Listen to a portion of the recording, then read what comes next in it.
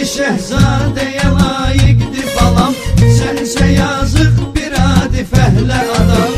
Mən ölsəm üzünü görərsən bəlkə, o da ki mən hələ sağam ölməmişəm.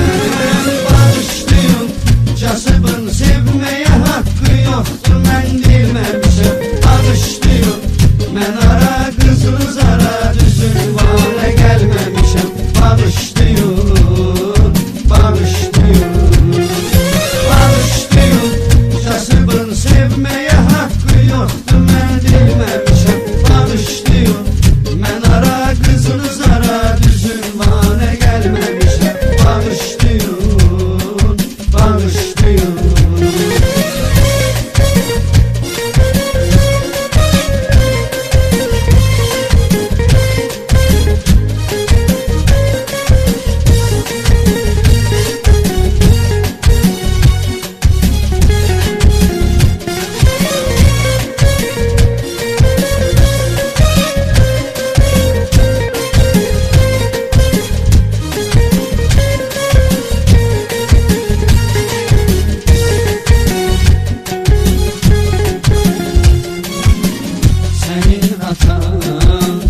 İki gəncin həyatın məhv elədi, yaşa baxmır.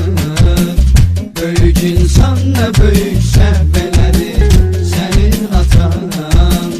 İki gəncin həyatın məhv elədi, yaşa baxmır. Böyük insan nə böyük səhv elədi. Dedi pul verim qızımdan uzaq ol, dedim ki pul bu özbə saxla sağ ol. Ölərəm pula mən əsla əyilmərəm, nə də ki bu günəcən əyilməmişəm. Bağışlayın, kasıbın sevməyə haqqı yoxdur, mən bilməmişəm. Bağışlayın, mən ara qızılı zara üzün vanə gəlməmişəm. Bağışlayın, bağışlayın. Bağışlayın, kasıbın sevməyə haqqı yoxdur, mən bilməmişəm. Bağışlayın, mən ara qızımı zara düzün vanə gəlməmişəm. Bağışlayın.